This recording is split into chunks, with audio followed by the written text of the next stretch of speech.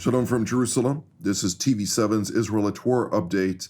And as we're set to deliberate the latest developments here in Israel, throughout the region and beyond, with chief focus today on the diplomatic visit, of course, by U.S. Secretary of State Antony Blinken, the situation vis-a-vis Lebanon, as well as the Islamic Republic of Iran with a pending strike by Israel in the next several days, it's always important initially to remember how this war began. 382 days ago, on October 7th of last year, the Islamist Hamas and its terror affiliates in the Gaza Strip launched a surprise onslaught on southern Israel, declaring war by perpetrating a massacre, murdering some 1,200 mostly Israeli civilians, wounding over 4,800 others, and kidnapping roughly 250 people, including elderly men, women, children, and infants. 101 of them remain in Hamas captivity to date. The subsequent day, on October 8th, Iran essentially joined that war when it greenlighted its proxy in Lebanon, Hezbollah, to launch cross-border attacks into Israel. Since then, Hezbollah has launched over 12,000 projectiles towards Israeli territory, and not Hezbollah alone. Additional Iranian proxies from Syria, from Iraq, from Yemen, including Iran proper, when it launched a second barrage of ballistic missiles earlier this month. Let's now turn to our TV7 editor-at-large, Mr. Amir Oren. Amir, what can you update us with on the latest, of course, starting with the arrival of Washington's top diplomat?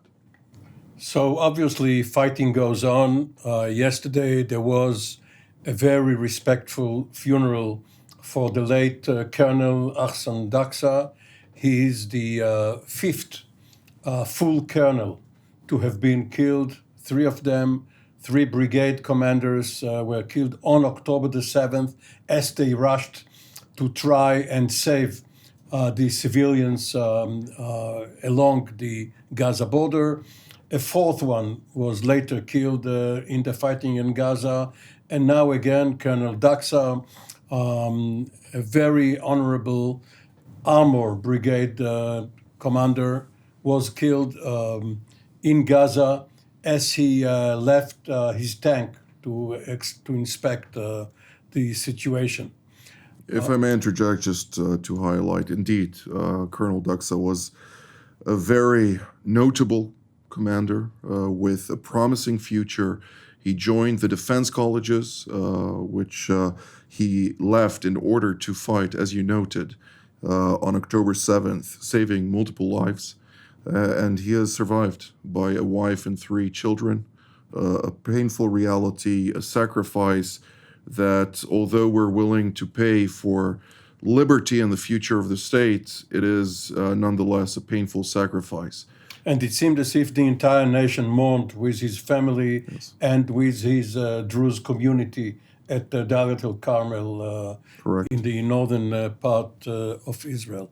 And the fighting goes on in several sectors in Gaza. It doesn't seem to be having any respite, even though, as the U.S. terms it, these are not high-intensity operations, but rather only counter-terror operations. But obviously, when the IDF leaves a sector, the terror group comes back, and then there's no real difference between the various types. Now, if you listen carefully, even though there's a lot of gunfire and then rockets raining down on Israel and the blast of successful intercepts, you can hear the whispers of the diplomats. And there are 2 American diplomats, 2 Biden administration emissaries now in the region.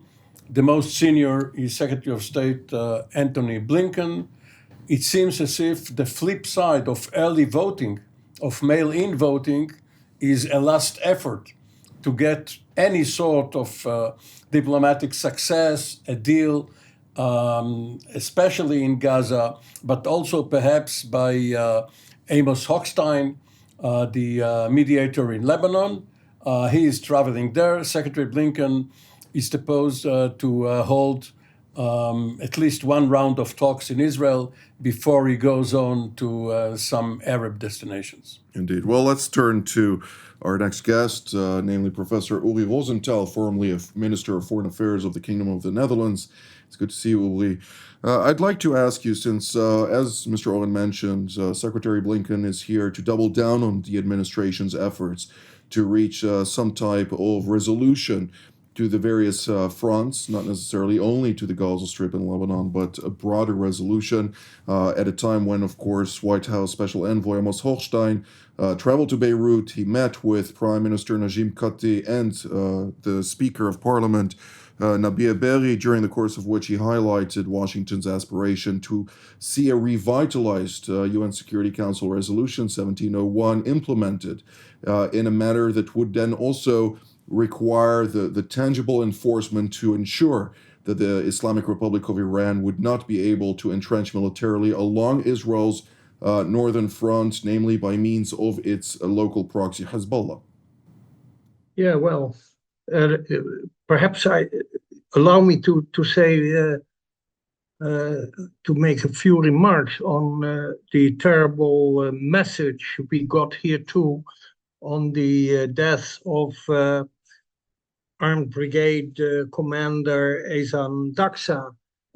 I was with a high-level mission. I was in Gaza in end of July, beginning of August, and we met Ehsan Daksa there, and I vividly remember, of course, it will not get out of my mind that in the small talk which we had also there, he asked me where I came from, what I had done.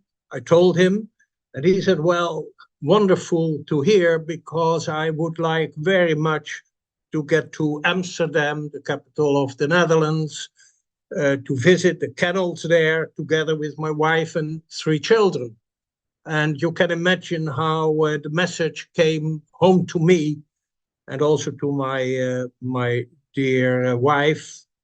And we are very sad about it, I have to say so.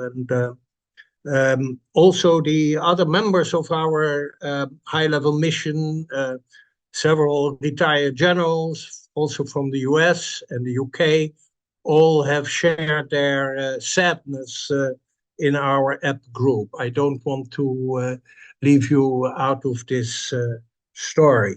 Now, with regard to the situation in the Middle East, in Israel, Hamas, Hezbollah, the visit of both Blinken and the Hochstein to the Middle East, I can only say from the European end that while a couple of times I said to you in this show that the priority in Europe would be definitely with Ukraine and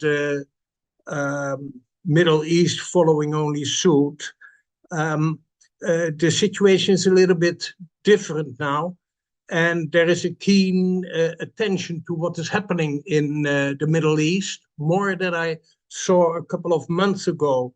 Ukraine is dragging on, while the Middle East is considered indeed to be a very, very turbulent and risky affair.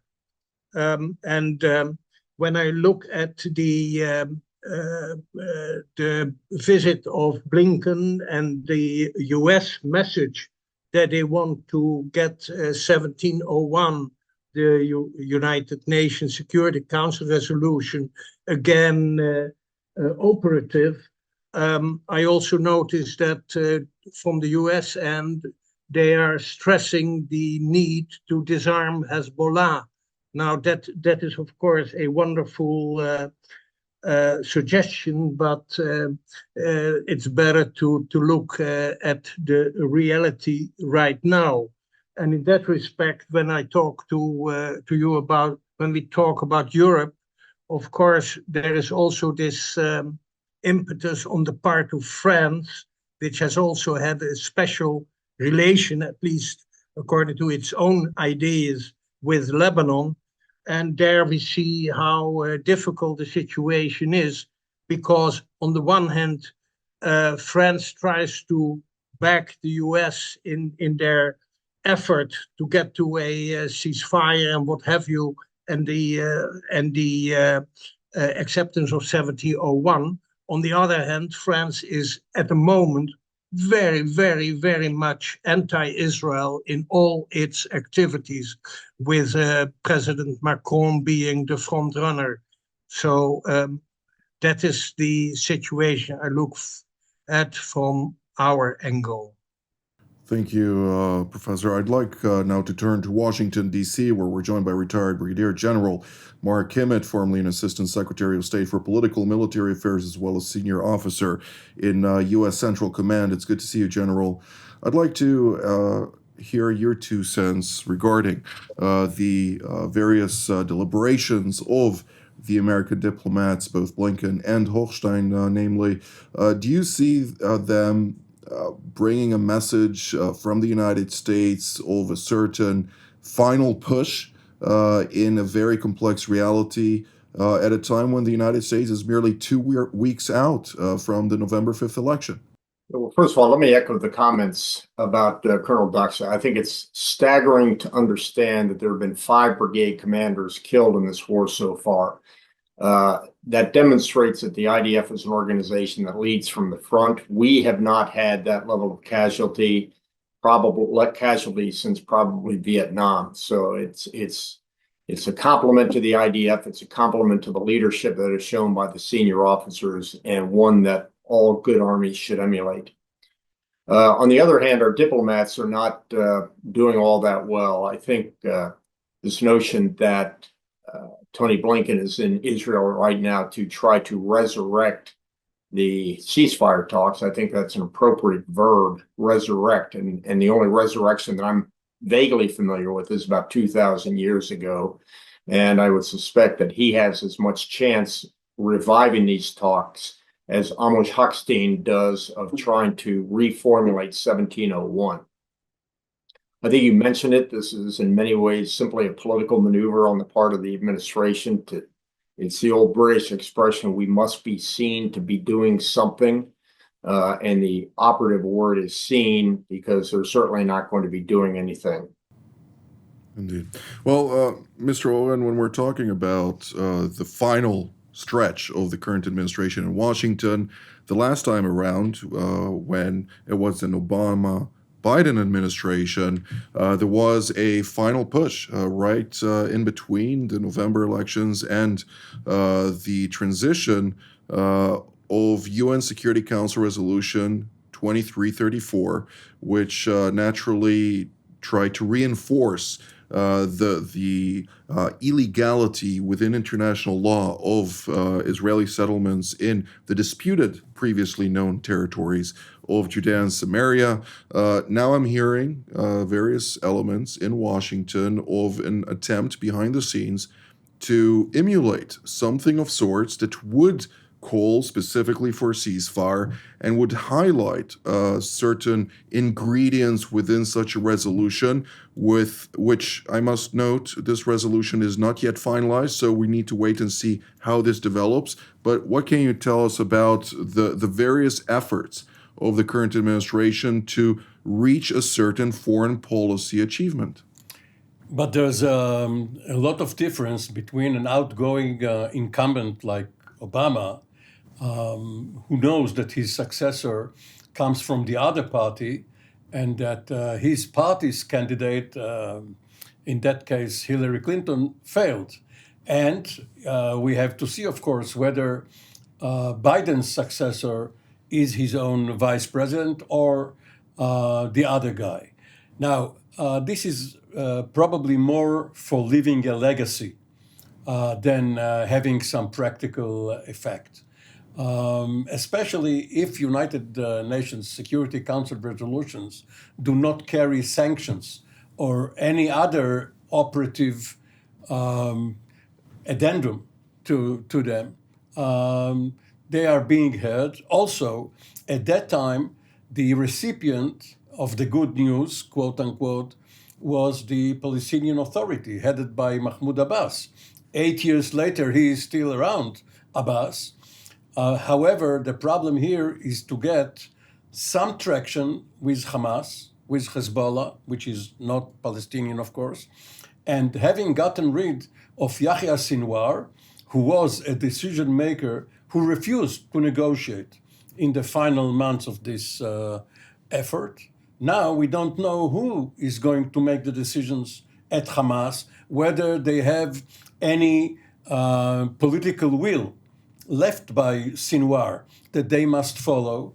It is the time is too short to get anything between today and November the 5th. Well, as I know, the construct of the Islamist Hamas organization, naturally, it will establish a certain transition council to include probably Halil al-Haya, Musab al-Marzouk, and other people within that small group that would then designate a specific individual that would take over. But in any event, the center of gravity will not stay in the Gaza Strip. It will most likely either shift to Ankara, Doha, or Tehran, and which will have its own implications. We remember the Troika, the collective leadership of Bulganin, Malenkov, and Khrushchev. After Stalin, it took some time for Khrushchev, 2.5 years, to emerge as the leader. If this is the timetable we're talking about, the war is going to be very long in Gaza. With that being said, it took merely 5 days to transition from Ismail Haniyeh to Yahya Sinwar, so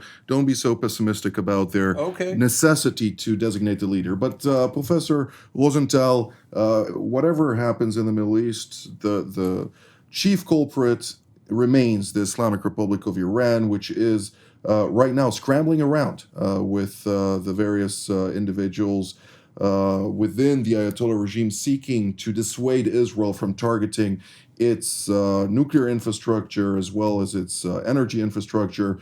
The latest ploy by specifically Tehran's foreign ministry is to send a formal notice to the International Atomic Energy Agency voicing its frustration and anger over Israel's insinuation of targeting its nuclear program. Do you see this in any way affecting the tone in which the international community confers with Israel about its legitimacy to retaliate for the blatant strike of 181 ballistic missiles by Iran against Israel on October 1st, earlier this month?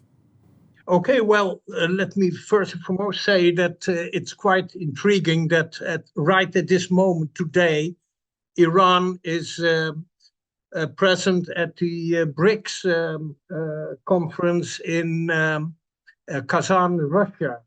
So it shows how the situation actually is with Iran and Russia being very tight, in a tight connection.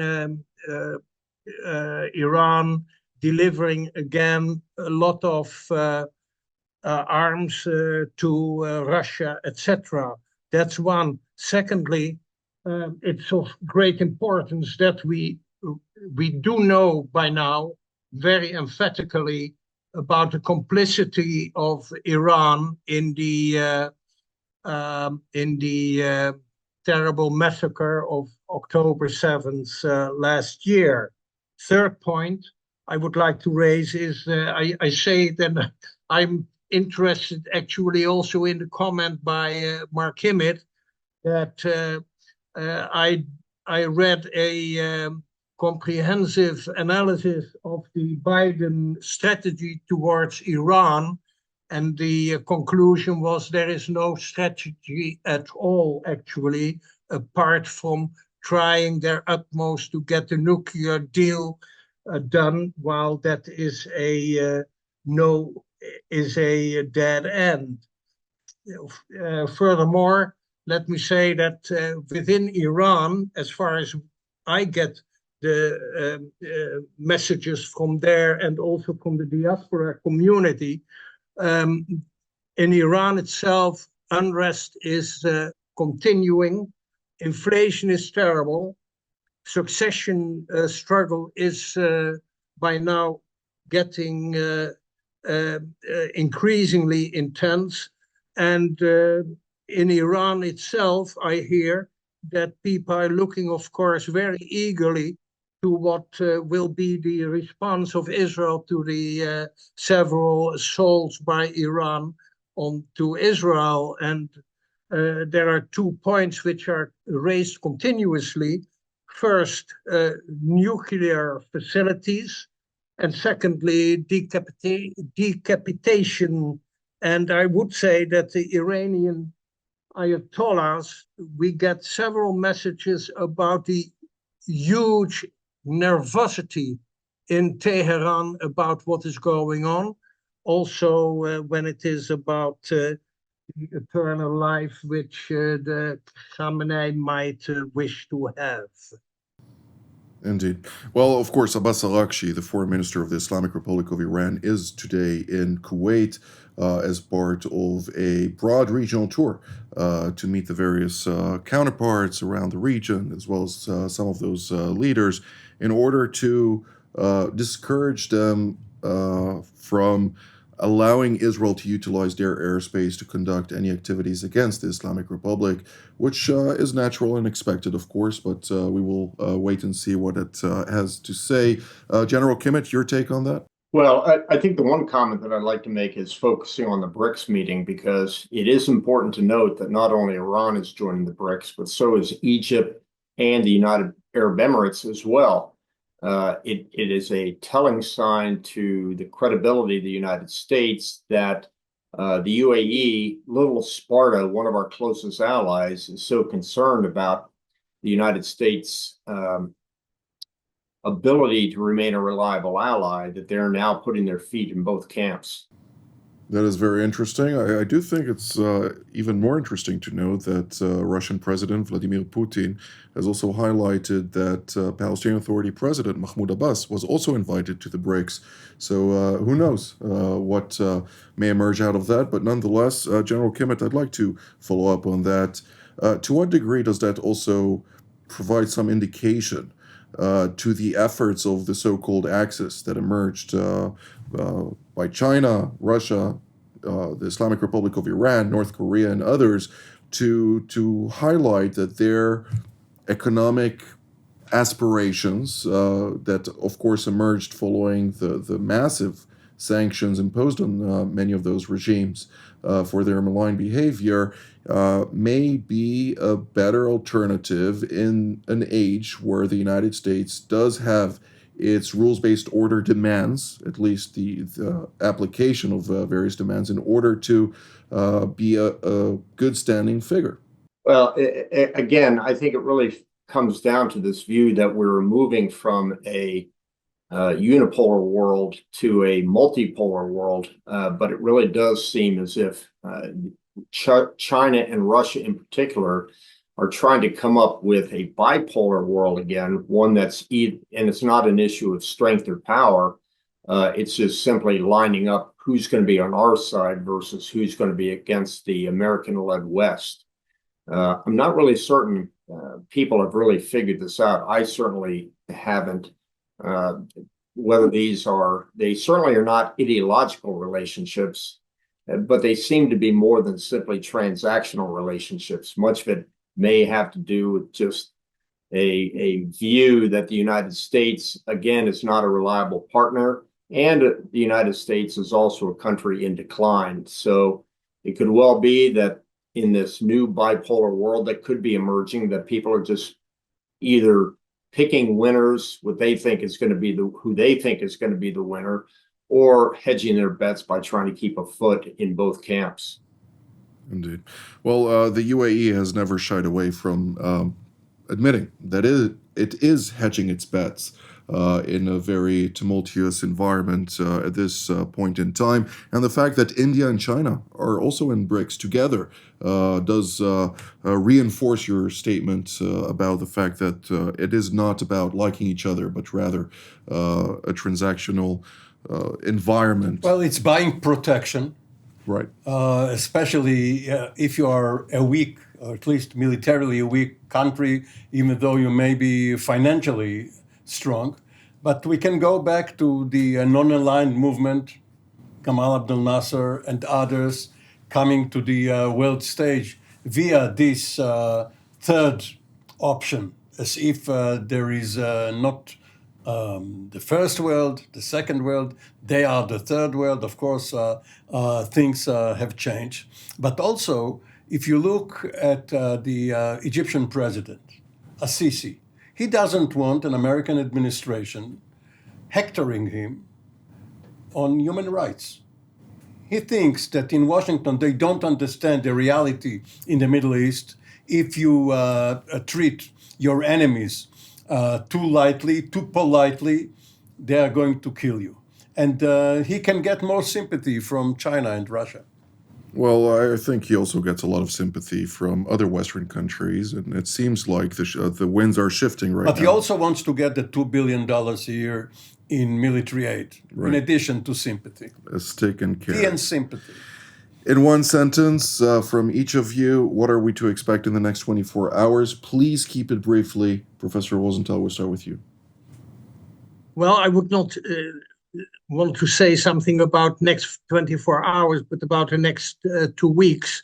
And everybody is simply waiting for the elections in the United States, with only a couple of countries in Europe actually favoring a possible victory of Donald Trump, Italy, Hungary, and some of the Baltic states. And that shows it all, how the situation also in Europe is vis-a-vis the United States. General Kimet? I don't expect to see anything happen in the next 24 hours. I don't expect to see any breakthroughs on the ground in the next week. I would remind your listeners that, in fact, President Biden is president until January, not until November 5th. But it's certainly the case that people are going to think very carefully about any actions they take in this interregnum between President Biden and the next president. Indeed. Well, this is all the time that we have for today. I'd like to thank General Kimet, Professor Rosentel, and Mr. Owen for all of your insights. I'd like to thank all of you at home as well. Until our next edition from here in Jerusalem, have a good day.